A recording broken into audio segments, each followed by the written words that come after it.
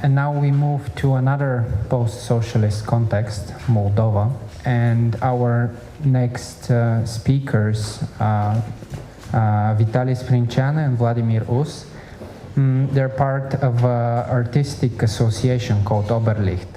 Vitalie is a sociologist with interest in urban sociology, sociology of religion, and political sociology, while Vladimir is an artist and curator with interest in art curating, cultural management, and cultural policy.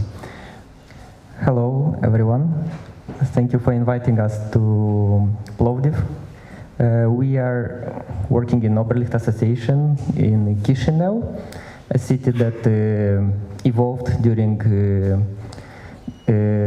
different few centuries, during different regimes, as well as our country, from a small place situated on a crossroad, connecting different regions, so more like a trading place that evolved later in a market, towards a kind of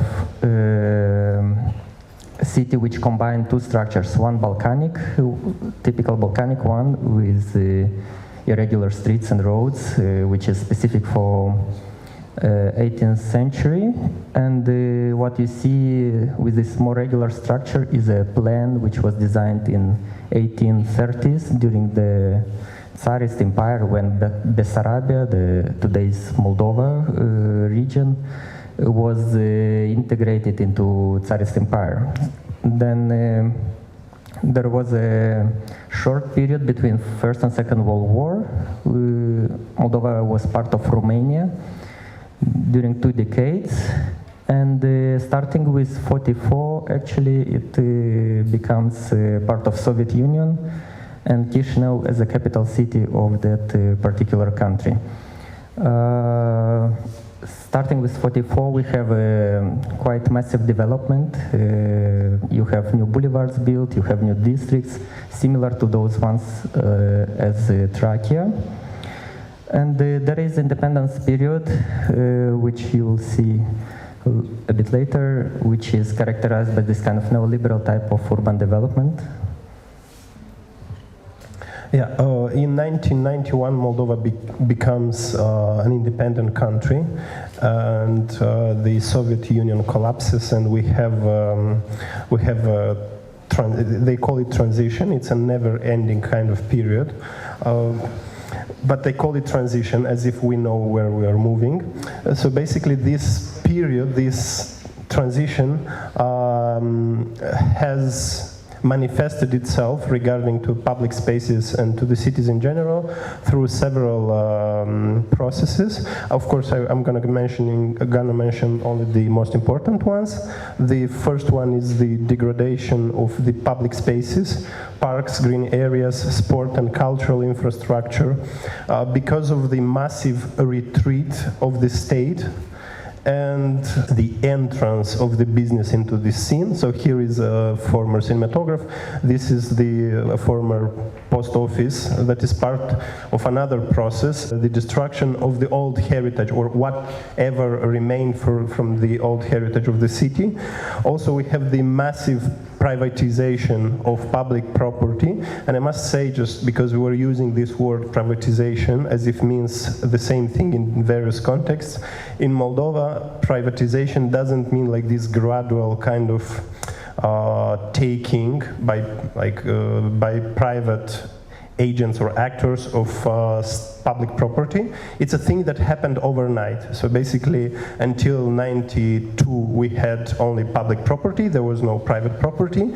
And the legislators of Moldova had this dilemma in mind, like, look, we are no more a socialist society. We're going to build capitalism. How to build it? We have to create a class of private owners. How to do it? Like, let's do a law and let's just divide all the properties of the state. So now this is basically what they did, is like just the land, the agricultural land was just like divided mathematically, like you count how many people live in the village and it gives everyone a small portion of it. With the urban space, it was also like this divided, and also there were other schemes through various economic agents or economic actors got hold of various public properties, so we ended up in a position of like having private beaches in Chisinau. It's like somehow the guy got the ownership of the beach, which is kind of public property and cannot be privatized. And this also, the other big process, and this is how kind of we come in, is the removal of the citizens from the decision-making process. It's not that the citizens have had a lot of voice before, but still in the new transition era, citizens are being removed by the class of experts, by the business, by the administration that kind of prevents people from having a voice in the urban development process. So what could we do as a cultural association, as a group of artists, cultural workers, some of us sociologists, architects, in this particular environment? And actually also we were all recent graduates from a more or less classical school of art. This is, by the way, a work by Alina Popa. She's a Romanian artist who exaggerates a bit with white color on one Chisinau intersection.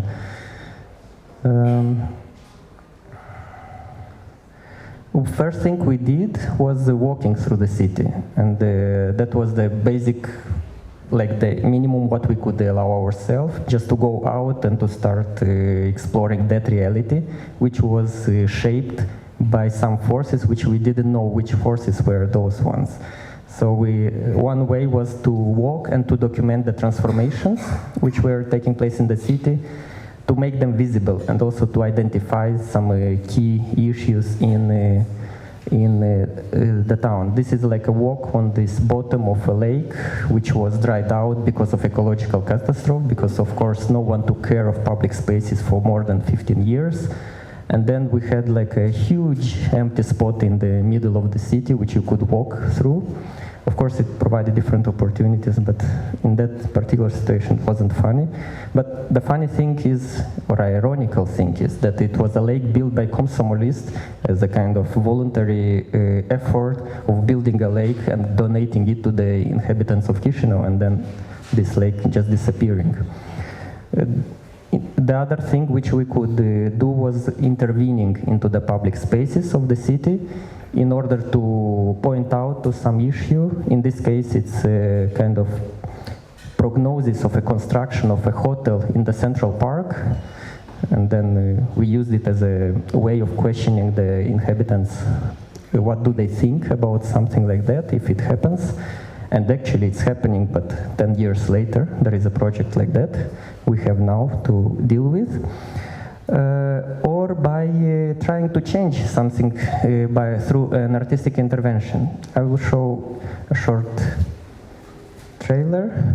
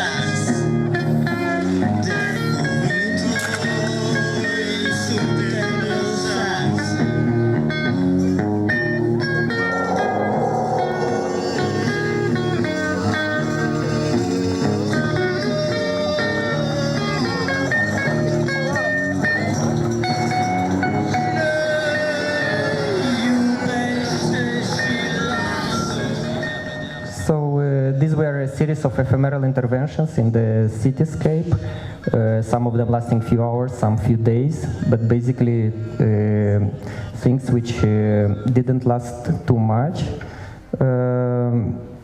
which were aimed to, as I was saying, to point out or to outline some problem in the cityscape. Following this kind of interventions, we initiated a different project called Kiosk. And the kiosk is making reference to this extended kiosk infrastructure in the city, which covers all the streets and the neighborhoods as a kind of alternative economic layer and a series of shops with the aim of providing a more stable place for art and culture in the city space. Because during these 2.5 decades which we witnessed, the cultural spaces actually started to disappear, and not only disappearing from the city life, but even the buildings which in the cultural infrastructure went down. So our aim through this project was to bring back the cultural function into the city space. And it was commissioned to Stefan Russo, who designed a replica of a Soviet flag, which we installed on the street as an alternative structure to the institutional landscape, cultural landscape, which we inherited from Soviet Union. So you had an open structure, transparent one, which could be programmed in a very free way, which could be accessed in a very free way, totally opposite to those closed museums and theaters, which were actually designed to keep control over the cultural production. And also what is interesting that Flat Space makes reference to this apartment exhibition, a movement which was happening in Soviet Union in main cities, where censored artists would show their work at home because they couldn't show their work in official exhibition spaces. What followed was that the activities of the flat space started gradually to expand outside of those 14 square meters and occupy the square, nearby square, which in the meantime we realized was a parking and not a square. So it was a public square, but covered every day with private cars, privately owned cars, and of course, this is the employee of the cultural department which goes to work in the morning. And that is a kind of a situation, everyday situation which we witness in the city. What this opportunity provided us with was a lot of new collaboration and interactions which we could establish with other professional groups. So we started to work with architects, we started to work with researchers, and also connecting to the activist network who were struggling to change things in the cityscape. Also as a kind of phenomenon of annexes and extensions on the using public property was this project called the Open Air Cinema. So we had also to look like every normal inhabitant of the city and build an annex to the flat space as well, which in the end it had a public role of a cinema and actually transforming the space quite radically. And this is another case of an abandoned pool, which as well was adapted with the help of few architecture collectives and transformed into a cinema space. Pointing out to this issue of demolition, because the program which we put into this cinema was films on the demolition and the way it reconfigures the identity of our cities. There is a different thing to say about the work with artists, because we have this dilemma, artists doing not much thing and architects kind of producing things. But in case of the flowers, it was interesting that the artists are able to transform the perception of space and people can see something else in that space or imagine something else instead of that space. While with architects, it was interesting to see that the function itself of the space can change.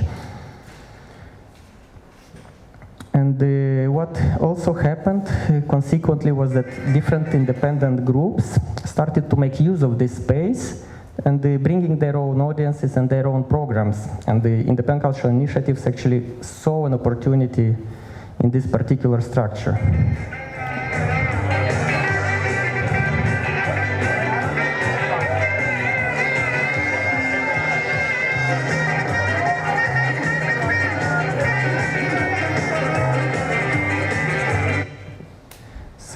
what we see as a kind of synthesis of a project which in the meantime has evolved with a formal proposal which we try to bring to the city level as part of a bigger pedestrian zone.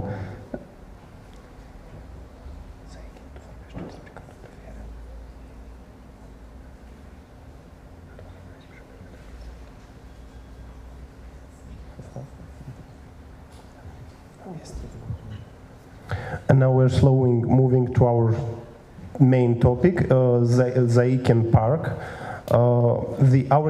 Zaikin is situated along the axis of a boulevard. We call it Cantemir Boulevard, and we call it the Ghost Boulevard because it has never been built. It's just a boulevard that appears only on the plans. It has appeared for the first time in the general plan of Chisinau in '47, drawn by Alexei Shchusev, the same guy that designed the mausoleum of Lenin. So he thought that by drawing a boulevard which is parallel to the main boulevard, will allow the kind of the traffic to kind of free the center of car traffic, and he wanted to build this boulevard. The boulevard was never built. Only 3 small portions of it were built. But on the other hand, besides, like, it is a ghost boulevard because it doesn't exist. But it exists in another way, in the sense that the area was neglected. They didn't build anything there. They didn't do, authorities didn't do any kind of reconstruction work or any like work in terms of putting sewage, running water, because the idea was, this boulevard, like when we'll build the boulevard, we'll anyway reconstruct the whole area. So let's leave it now like this. Just to add that as a consequence of a mapping project, we also have identified different locations along this boulevard, and also there is a proposal for an alternative map for Chisinau, and one of these spaces is actually Zaikin Park.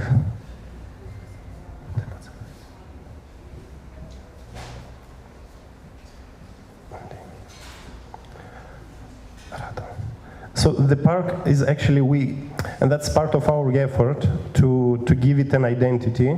Like it's a kind of, officially it's a square, or it's kind of, there is like this in Moldovan law, there is this distinction between parks and squares. Square is when the main prevails, and parks are where nature prevails. So basically this is a square in the sense of like it's a kind of a green area, and it's a residual one in a way. In that area didn't have a name, but we saw a great potential because there was a community around it, and also it had some big problems that we thought we might use the solving of these problems as a way to give a voice to the community, to interact with them. So the 2 main problems of the park are the road that cuts actually the park in 2. It was, again, it's this kind of Moldovan informality. It's not there on the map. It shouldn't be there, but it's there, the road. And it's there because of another thing that shouldn't be there, but it's there. It's the trash bin collector. According to the law, it shouldn't be there. And we're confronted with this situation when we wanted to move it. So basically what the public sanitation department told us is like, you cannot move it in the park anywhere because there is no place in the park that would fit the regulations. So there is no way to move it, but it's illegal, but they're kind of acknowledging it's existing, so it's like this kind of, so we wanted to solve these problems, or we wanted, and our project had 3 main directions.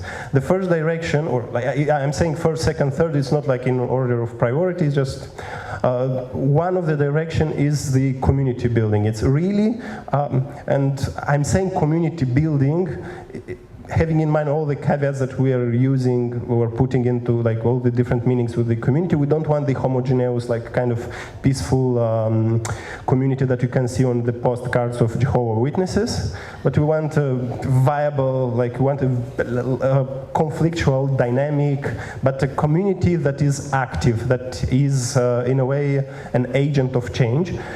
And the second direction is what we call institutional innovation. And this institutional innovation means changing, trying to force the change of the institutional system at the level of governance of the city. And the third one is really to do some physical rehabilitation of the park. So basically, in the direction of working with the community, we started with sociological research, and we've asked the people, we attempted to survey what are the main problems of the area, like what are the things that they are confronting with, like in their everyday usage of the area. Also, we tried to do some things together because we understood that, or like we thought that it's what we should do is not do things for them, but to do things with them. So we started with small things like cleaning the park, renewing the vegetation, do some small reparations like painting some benches and trees, and so we. Of course, and I must say this is a work in progress, unlike other projects that were mentioned here, and they are kind of, or it's a prototype that it's finished or something. We're still somehow in the things. I cannot say in the middle, because middle it's also kind of a exact positioning. We're in the things, so we tried, and we're trying constantly new ways of approaching and interacting with the people. We went there and started to do these kind of picnics, and people didn't come that much, but there were a lot of children around.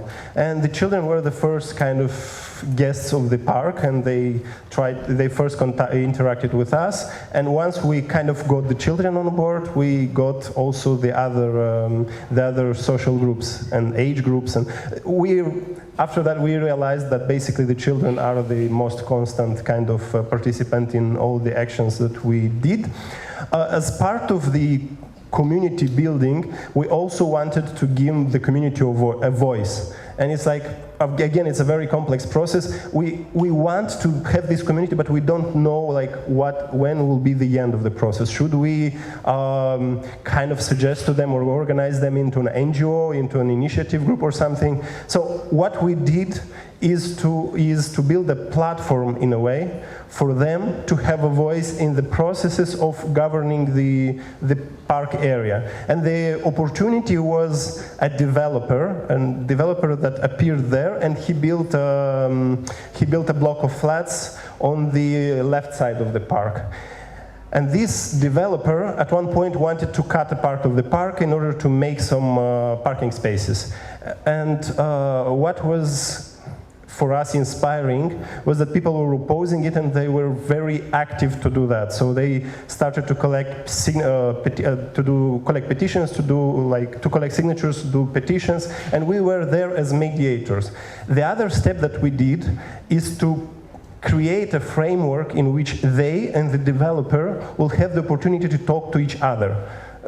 And it was a really very scary thing, the first two meetings. They were just like yelling and shouting at each other. Nobody was listening to the other. But slowly that kind of evolved, and the developer understood that like I should take these people on board, otherwise the project doesn't work.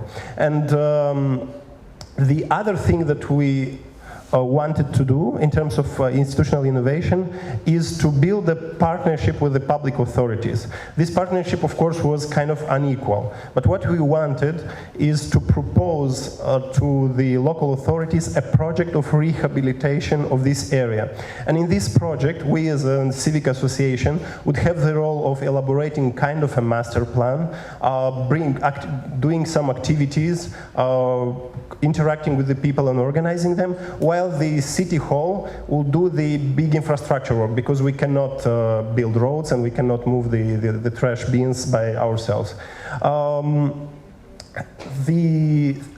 This didn't work quite well because the municipality is quite reluctant to do this. What we obtained was to do in the beginning we thought of a public civic partnership. Now what you were moving toward is a public civic private partnership. And we gradually have evolved from having a very confrontational relationship with that entrepreneur to kind of cooperational because, and this is the other thing, he built that block of flats, but doesn't have a place for children playground. He doesn't have a place where to put the trash bins. So basically, he is forced to collaborate with us. It's a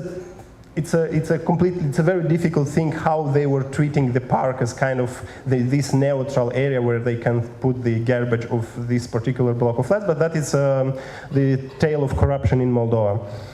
And it's how it works.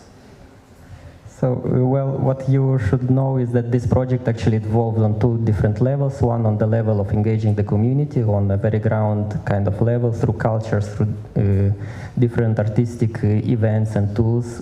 And the other level was on policy, urban policy level. And because this panel is dedicated also to this educational side, this kind of knowledge and experience which evolved during 3-4 years and accumulated throughout time, we put into a summer school, and summer school we find a good format outside of the university, but somehow in the city, as a format which connects students, which connects architects, experts, people from the neighborhood in a kind of interactive manner in which they can actually co-design together a space which they would use in the future in a shared way.